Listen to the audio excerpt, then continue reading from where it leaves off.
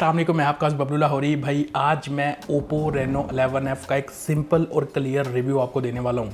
Recently ये phone Pakistani market में launch हुआ है। हालांकि ओप्पो अपनी ए सीरीज़ से काफ़ी टाइम से पका रहा था अपनी ऑडियंस को। लोग अच्छा फ़ोन डिमांड कर रहे थे ओप्पो का, वो ए सीरीज़ लेते थे और बैठ के रोते थे। तो बहरहाल कोई ऐसा फ़ोन नहीं था जिसको रिव्यू करने की ज़रूरत पेश आए, इसलिए जो इनकी ए सीरीज़ है ना पूरी, वो मेरी जेल में ही पड़ी हुई है। अब ये जो रेनो 11F है रिसेंटली 80,000 रुपये पे इन्होंने लॉन्च किया। मार्केट में 73-74 के आसपास डिस्काउंट के साथ ऑफर किया जा रहा है। काफ़ी दोस्त कंफ्यूज हैं क्या इस फ़ोन को लेना चाहिए, इस फ़ोन के ओवरऑल फीचर और क्या ये वर्थ इट है। तो आज के इस रिव्यू में मैं सब क्लियर करने वाला हूँ। देखो, डिज़ाइन और बिल्ड से स्टार्ट करते हैं। पर्सनली इसका जो डिज़ाइन लैंग्वेज है ना इस फोन का, मुझे इतना अपीलिंग नहीं लगा। मतलब बुरा नहीं है, लेकिन होती है ना एक अट्रैक्टिव लुक, वो मुझे थोड़ी मिसिंग लगी है। हो सकता है बहुत सारे आप में से ऐसे दोस्त हों जिनको ये डिज़ाइन अच्छा लग रहा हो, तो चॉइस पे डिपेंड करता है। और इनकी जो ए सीरीज़ है ना ओप्पो की, मुझे लगता है कि उसका डिज़ाइन ज़्यादा अट्रैक्टिव था, लेकिन वो सारे मेरी जेल में चक्की पीस रहे हैं क्योंकि वो वैल्यू फॉर मनी नहीं है, फजूल के फ़ोन है सारे। अब इस फोन की तरफ आते हैं तो ड्यूरेबिलिटी को लेके इश्यूज़ नहीं है, बट इसकी जो बैक है वो प्लास्टिक की यहाँ पे यूज़ की गई है। 80,000 रुपये ले रहे हो भाई, कोई ग्लास लगा दो, थोड़ा सा एक प्रीमियम फील थोड़ा सा ऐड हो जाता है उसके अंदर। और इसके अलावा IP65 की रेटिंग भी मिलती है, यानी वाटर और डस्ट की रेजिस्टेंस प्रोवाइड करता है, प्रूफिंग नहीं रेजिस्टेंस। लेकिन हाँ, ड्यूरेबिलिटी के इश्यूज़ नहीं है फ़ोन में। पतला है, लाइट वेट है, होल्ड करने की जो फील है इस फ़ोन की वो काफ़ी बेटर लगी है मुझे as a light weight phone. एक चीज़ का ख्याल रखना कि ऑडियो जैक जो होता है ना 3.5 mm का, वो इस फ़ोन के ऊपर आपको नहीं दिया गया। और जो इसका हैप्टिक फीडबैक है वो नॉर्मल से बेटर वाली वाइब्रेशन है। जो फुल ऑन ठक ठक वाली होती है ना, वो नहीं है, नॉर्मल से बेटर वाली है। ऑलवेज ऑन डिस्प्ले को आप ऑलवेज पे रख के यूज़ कर सकते हो। और इसका जो आइडल ड्रेन है, ओवरनाइट रख के सोते हो, सुबह देखते हो तो 5 से 6% के आसपास है। और इसका जो इन डिस्प्ले फिंगरप्रिंट सेंसर है, उसकी जो स्पीड और एक्यूरेसी है वो मुझे काफ़ी बेटर लगी है। डिस्प्ले फोन का एमोलेड है, 120 हर्ट्ज के हाई रिफ्रेश रेट पे आता है। चलने में भी स्मूथनेस फील देता है अपनी, और बेजल्स काफ़ी पतले हैं, बिंदी वाला पंच होल है, तो दिखने में भी एक बड़ी इमर्सिव सी लुक है। उसके अलावा ये 10 बिट पैनल है, 1 बिलियन कलर्स दिखाता है, HDR10+ का भी सपोर्ट है। अगर आप मीडिया कंज्यूम करते हो ना लाइक यूट्यूब के प्लेटफॉर्म पे, तो 4K रेजोल्यूशन पे आप HDR कंटेंट प्लेबैक ले सकते हो। वहाँ पे बिल्कुल स्मूथ फ्रेम दिखाता है, कहीं पे भी अटकता नहीं है। और OTT प्लेटफॉर्म पे, नेटफ्लिक्स वगैरह पे ये वाइड वन L1 मतलब फुल HD सपोर्ट दिखाता है, वहाँ पे HDR सपोर्ट नहीं दिखाता ये। लेकिन हाँ, अच्छी क्वालिटी में आप उसको प्ले कर सकते हो। डिस्प्ले के जो कलर्स हैं, जो कंट्रास्ट रेशियो है, वो एकदम परफेक्ट है, वहाँ पे कोई भी इश्यूज़ नहीं है। आउटडोर में विजिबिलिटी जो है इस फोन की वो काफ़ी ज़बरदस्त है। इवन तेज़ धूप में भी इसका जो डिस्प्ले है वो काफ़ी अच्छे से विजिबल रहता है। स्पीकर क्वालिटी जो है इस फोन में सिंगल बॉटम फायरिंग स्पीकर है। अब 75-80 हज़ार रुपये की रेंज में एक स्टीरियो सेटअप होना ही चाहिए फ़ोन में। जो सिंगल स्पीकर है वो इस फोन का कौन बन जाता है, लेकिन इसका जो सिंगल स्पीकर है ना, उसमें जो अल्ट्रा वॉल्यूम बूस्ट का ऑप्शन ऐड किया ओप्पो ने, जो 300% तक वॉल्यूम को बूस्ट करता है, उससे काफ़ी धमाकेदार और काफ़ी लाउड साउंड निकालता है ये।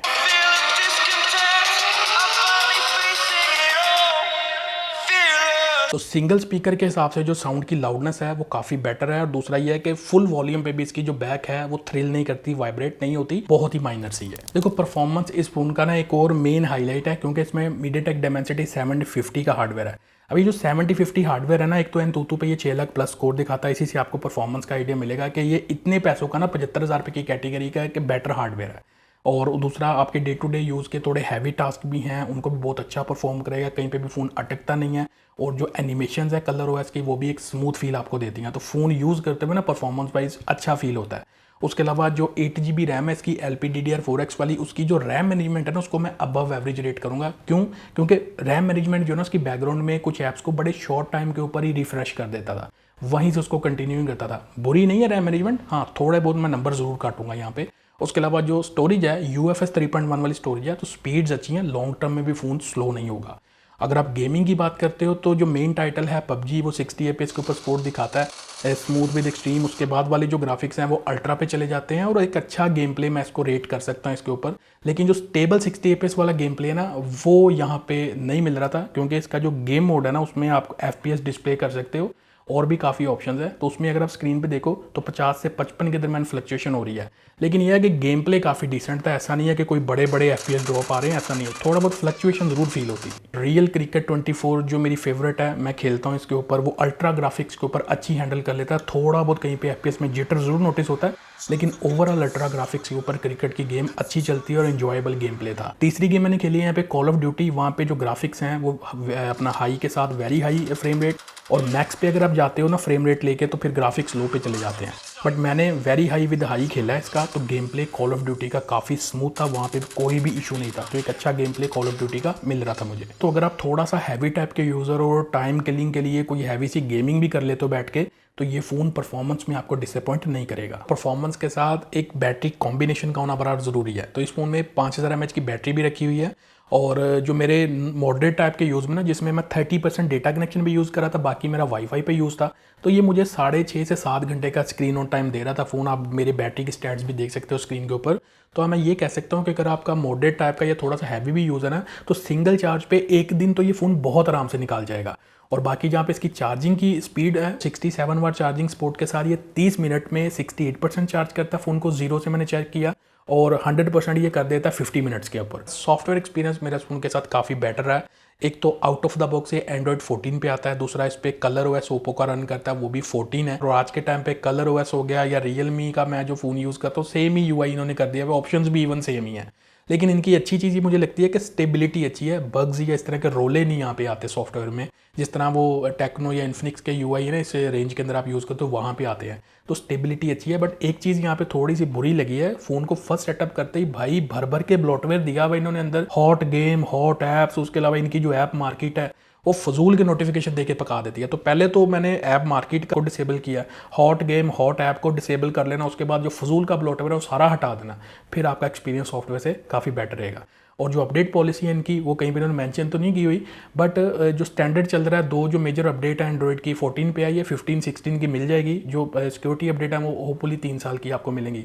तो सॉफ्टवेयर एक्सपीरियंस अभी तक के लिए स्टेबल है और अच्छा चल रहा है। नेटवर्क एक्सेप्शन फ़ोन का काफ़ी बेटर है, जो कॉल क्वालिटी है वो भी काफ़ी अच्छी है, ऊपर सेकंड नॉइस कैंसिलेशन माइक भी दिया हुआ इन्होंने। उसके अलावा 4G प्लस का एक स्टेबल सपोर्ट आपको इस फ़ोन पे मिलता है, और वॉइस ओवर LTE VoLTE का जो सपोर्ट है वो भी अवेलेबल है, वाईफाई कॉलिंग का भी सपोर्ट इस फ़ोन पे अवेलेबल है। और जो कॉल रिकॉर्डिंग है वो गूगल डायलर के थ्रू है, तो गूगल वाली एंटी अगले बंदे को अपडेट दे देती है, बेटा थोड़ा ध्यान से कॉल रिकॉर्ड की जा रही है। और NFC का भी सपोर्ट इस फोन पे अवेलेबल है, OTG भी चल जाते हैं इस फोन पे, सेंसर्स भी सारे अवेलेबल हैं। जो कॉल्स पे इसका प्रॉक्सिमिटी सेंसर है वो भी काफ़ी बेटर काम कर रहा था, और जिसका लाइट सेंसर है उसकी कैलिब्रेशन भी ऑल ओके है, वहाँ पे भी कोई इशू नहीं है। व्हाट्सएप पे भी मैंने इसके माइक की जो कॉल क्वालिटी है या वैसे जो इसकी वीडियो कॉलिंग को टेस्ट किया है, वहाँ पे भी जो रिजल्ट्स हैं वो पासेबल हैं। देखो कैमरा परफॉर्मेंस की तरफ आता हूँ। बैक पे आपको दो गोले नजर आ रहे हैं, काम का एक ही है 64 मेगापिक्सल का। नीचे वाले गोले में दो सेंसर घुसा दिए इन्होंने, एक तो ये 8 मेगापिक्सल अल्ट्रा वाइड है, दूसरा मैक्रो सेंसर है। एक चीज़ अपने माइंड में रखना है, ये ओप्पो रेनो 11 सीरीज़ का लाइटर वेरिएंट है।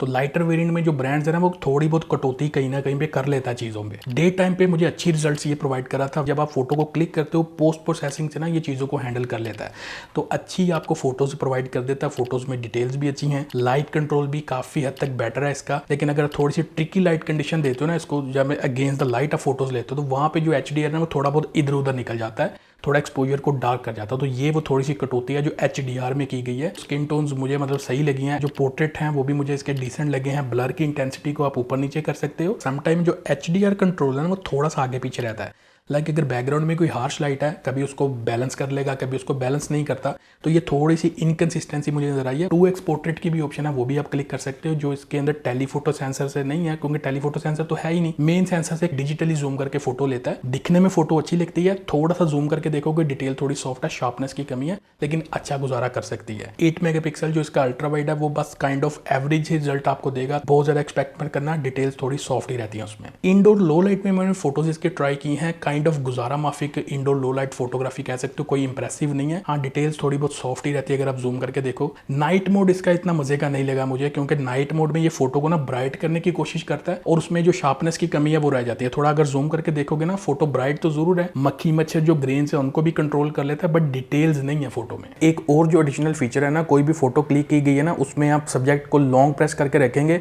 उसको वहां से सिलेक्ट हो जाता है, वो कॉपी करके कहीं पे भी आप पेस्ट कर सकते हो। और जो फ्रंट सेल्फी कैमरा है वो है 32 मेगापिक्सल का, और मुझे लगा इसको यूज करते हुए कि जो इसका फ्रंट कैमरा है वो बैक कैमरा से बेटर परफॉर्म कर रहा है, और सेल्फीज वगैरह भी अच्छी आ जाती हैं अपना, और HDR भी अच्छा वहाँ पे लाइट को कंट्रोल कर रहा था। इवन अगर आप पोर्ट्रेट्स लेते हो तो वहाँ पे भी HDR अच्छा लाइट को कंट्रोल कर रहा है। बैकग्राउंड के ऊपर जो हार्श लाइट है उसको अपनी पोस्ट प्रोसेसिंग के जरिए काफ़ी बेटर मैनेज कर लेता है। तो सेल्फीज में डिटेल्स भी अच्छी हैं, स्किन टोन्स भी बेहतरीन है। इवन लो लाइट में भी मैंने इंडोर में भी ट्राई किया इसके सेल्फी कैमरा को, बैक कैमरा के कंपैरेटिवली जो फ्रंट कैमरा है वो ज़्यादा डिटेल्स मुझे दे रहा था।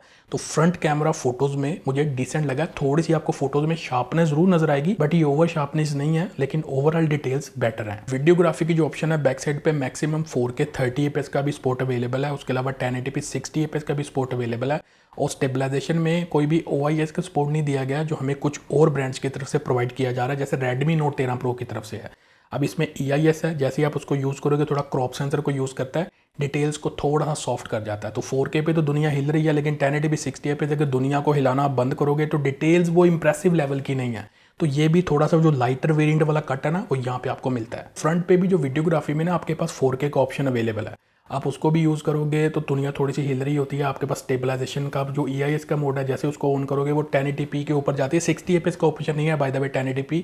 लेकिन ओवरऑल जो फ्रंट कैमरा की वीडियोग्राफी में डिटेल्स हैं, जो लाइट कंट्रोल है, जो एक्सपोजर बैलेंस है ना, वो कंपैरेटिवली बैक कैमरा के काफ़ी बेटर लगा मुझे। मतलब जो फ्रंट की वीडियोग्राफी है ना, वो बैक कैमरा के निस्बत अच्छी लगी है मुझे। और बोके वीडियो जो होती है ना, ब्लर वाली वीडियो, वो भी आप इसके कैमरा से रिकॉर्ड कर सकते हो। उसमें बैक कैमरा से 720p पे रिकॉर्ड करता है, फ्रंट कैमरा से ये 1080p में रिकॉर्ड करता है। और इसी से आपको आइडिया मिल जाएगा कि जो फ्रंट कैमरा है वो ज़्यादा फोकस किया हुआ है ओप्पो ने।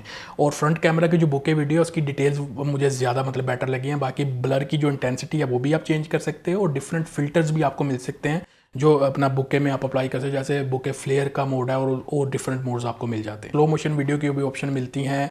जो 960 fps है वो 720p तक रिकॉर्ड करता है, लेकिन मैंने जो 1080p वाले हैं ना, जिनमें 480 fps और 120 fps, ये दोनों ट्राई करके देखे हैं, और kind of decent slow motion में इनको रेट कर सकता हूँ। तो देखो ये कोई फुल फ्लेज कैमरा फोन नहीं है, लाइटर वेरिएंट है Reno 11 सीरीज का। तो चीज़ें जहाँ पे कट की हैं वो मैंने आपको एक्सप्लेन कर दी हैं सारी।